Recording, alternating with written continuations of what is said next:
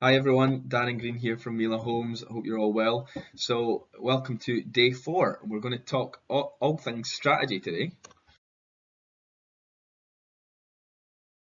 So, what strategy is right for me? There's loads of different things that you can do in property, and I've got some of them there. So, I touched on them in a previous episode. You've got lease option, delayed completion, rent to rent, flips, buy to lets.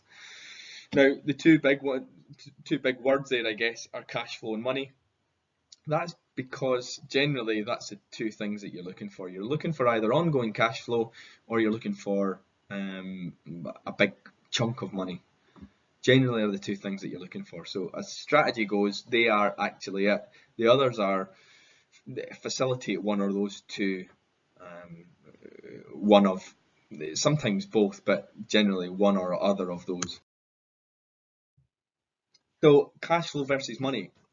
So cash flow is all about, as I said, cash flow is about ongoing income. So something that we generally focus on. We have a buy-to-let portfolio, and we have that buy-to-let portfolio to give us passive income. KPIs are generally net yield. So net yield is the amount of the percentage that you make on an annual basis relative to the value of the property, and that's the reason it's net is generally taking out all your costs. So your mortgage costs, your costs of maintaining that, if you've got a letting agent, cost of letting costs, basically anything that you've spent on that property across the year, all of the rental income that you've taken across the year. So you take the rental income, subtract all the costs, and whatever you're left with at the end would be your net yield before tax and positive cash flow. So if you've got a buy to let property that doesn't give you any money every month, then it shouldn't be in your portfolio. You should sell it. It's a complete waste of time. So unless it's a bad month, if there's a void in it, clearly you're not going to make any money that month. But generally speaking, positive cash flow, we look for at least £200 per month off of each of our buy-to-lets. Money, generally about raising big chunks of cash. So talk about property flipping, or commercial conversions where you would sell off, potentially make 10 flats, convert an office building into 10 flats, sell off six of them potentially, and keep six of them. You can have a bit of cash flow, a bit of money. But if you just sell property, if you buy property, do them up, sell it, you're concerned about raising a big chunk of cash. And the KPIs for this are normally return on investment, or ROI as it's called, and net profit. So return on investment is if I put money into a deal, whatever I put in as a monetary investment, what do I get back relative to that investment? So if I put, for example, £10,000 in and it gives me 1,000 back, I've made a 10% return on my money. Okay, so that's what return on investment means. Net profit will be the amount of profit that you make from whatever deal you're looking at. So as we'll go into, sometimes you can have a really good ROI, but a net profit that a lot of people might not get excited about. In terms of cost considerations, and it is really important, so generally you'll have ongoing cost considerations for a cash flow strategy, for a money strategy. You'll still have some costs, but they will be over a shorter period of time, and they will not be ongoing.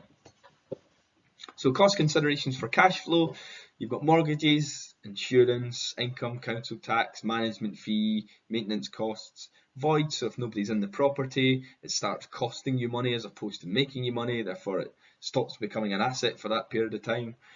Landlord registration, the list could go on and on and on and on, but hopefully that gives you a bit of a flavour. Then you've got bridging costs over on the money side. So generally you wouldn't buy a property that you were looking to sell on a mortgage. Generally, that would be something that mortgage brokers and lenders in general very much frown upon. So what you would do is take a bridging loan if you needed a loan at all. Staging, so this is where you'll get people that come in and do this professionally to make it look sellable once you've actually refurbished the property. You've got additional legals, so you have to spend legals when you buy the property and you have to pay legals when you sell it. Refurbishment costs. Normally this strategy is where you're trying to uplift the value of the property. You can't just buy a property and then chuck it on Rightmove next week and expect to make money on it. You need to do something different to the property, which means you're going to need to refurbish it. Then you've got capital gains tax. So I spoke about income and council tax over on the cash flow side. For when you flip a property, when you sell it, if it's your second home, so if you own a property already, then you would be subject to pay capital gains tax of that. I think it's around about 19-20% capital gains tax. So if you make 10,000 on it, for example, you would be expecting to take 2,000 of that to go to the government. And then finally, marketing fees. So if you've got it selling through an estate agent, even if it's Purple Bricks or one of these cheap online estate agents, there'll still be a flat marketing fee that they would expect you to pay. So I'm going to take you through a couple of examples. So cash flow, we've got two here, option 1 and option 2. First option's a purchase price of 100,000.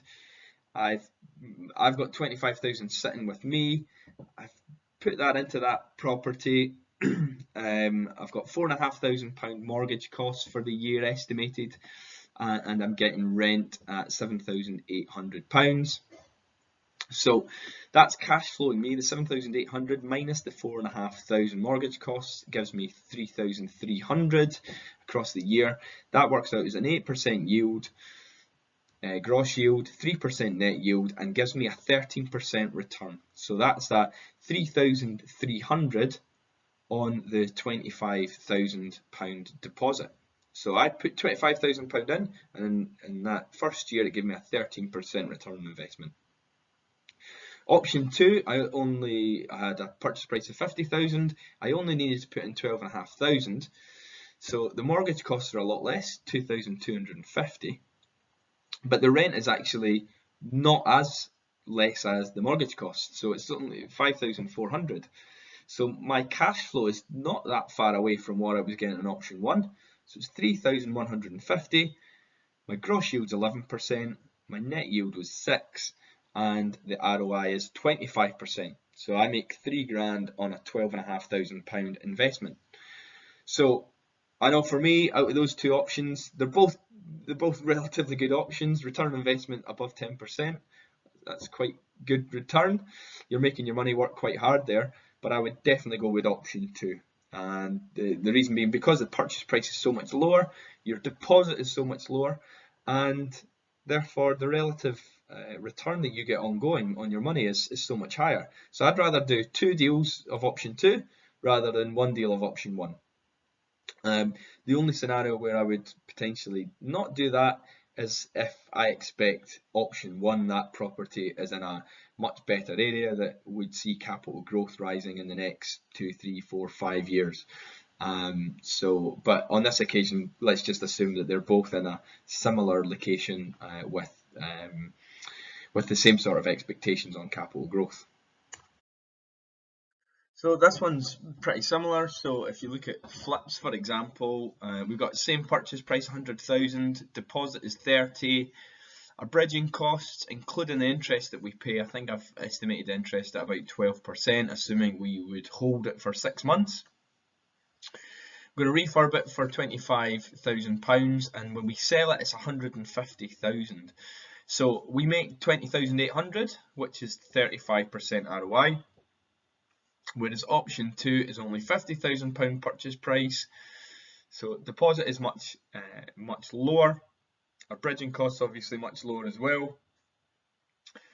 Refurb is only going to cost us 10 grand, and we're able to get that value up to 75,000. So the ROI on this is actually 48%, but you only make 12,900. Now, in terms of which one you would go for here, personally, I would probably look at option 1 rather than option 2.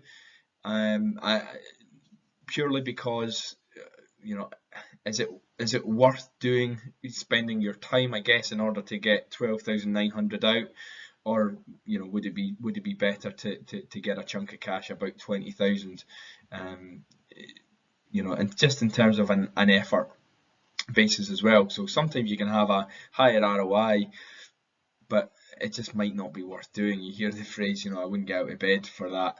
£12,900 isn't to be sniffed at for a return, but yeah, I think I would definitely be erring on the side of option one when I'm looking at flips for our business.